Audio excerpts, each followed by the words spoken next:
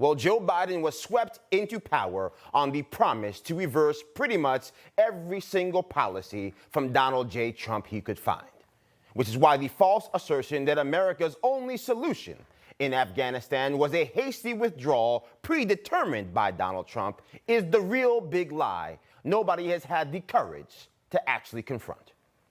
Now, Joe Biden passed more executive orders in his first 2 days on the job than his predecessor passed in his first 2 years in his effort to undo all things Trump. And yet, alarmingly, a man so committed to creating an anti-Trump presidency broke deals with our allies and re-entered deals with our enemies, somehow stood before the people of this nation and pretended that the disaster we have witnessed in Afghanistan is the result of the one Trump agreement with the Taliban that Biden had no choice but to honor. See, Joe Biden had no problem re-entering the Paris Climate Accord after President Trump made the decision to withdraw. Joe Biden had no problem recommitting to a World Health Organization that midlessed the world over the origins of COVID-19 after Trump made the decision to withdraw. And Joe Biden had zero qualms about attempting to kill Trump's Remain in Mexico policy, all while unvaccinated, undocumented immigrants streamed across our southern border illegally at a record pace in the midst of a global pandemic. In fact, in his first 7 months on the job, you could make the argument that the only policy with Trump's name on it that Joe Biden has not attempted to rip up completely was the agreement with the terrorists that just took over Afghanistan. In truth, the time and manner of our exit after 20 years of conflict was Biden's choice and Biden's choice alone. If Joe Biden decided he wanted to leave a small presence on the ground in Afghanistan to preserve the peace in the aftermath of the war, he had the authority to do so. If Joe Biden wanted to change the date of America's exit from Afghanistan, he had the power to do so.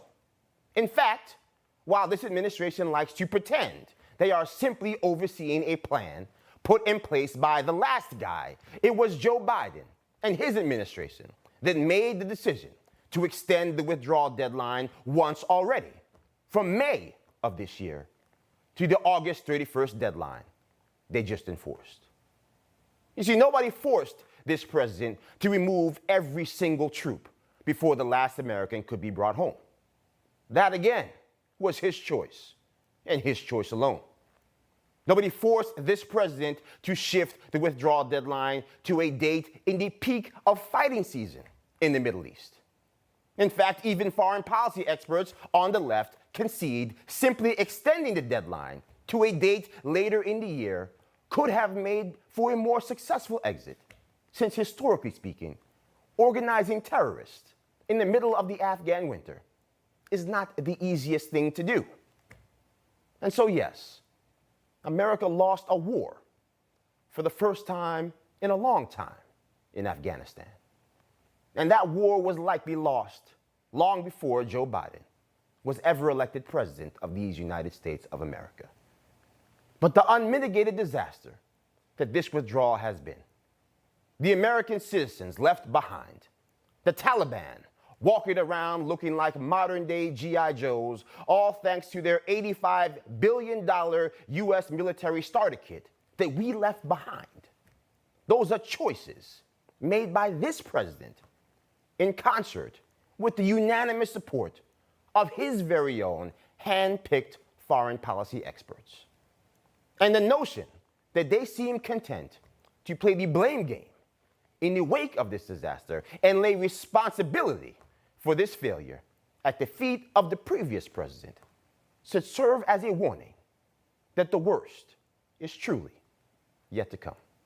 Hi, Emma Reckenberg here. If you like this video, there's a whole lot more to see on Newsmax TV. You can watch for free right here on our YouTube live stream and be the first one here each time our experts break down real news. Just hit that subscribe button, ring the bell icon, and stay with us on America's fastest growing cable news channel, Newsmax TV.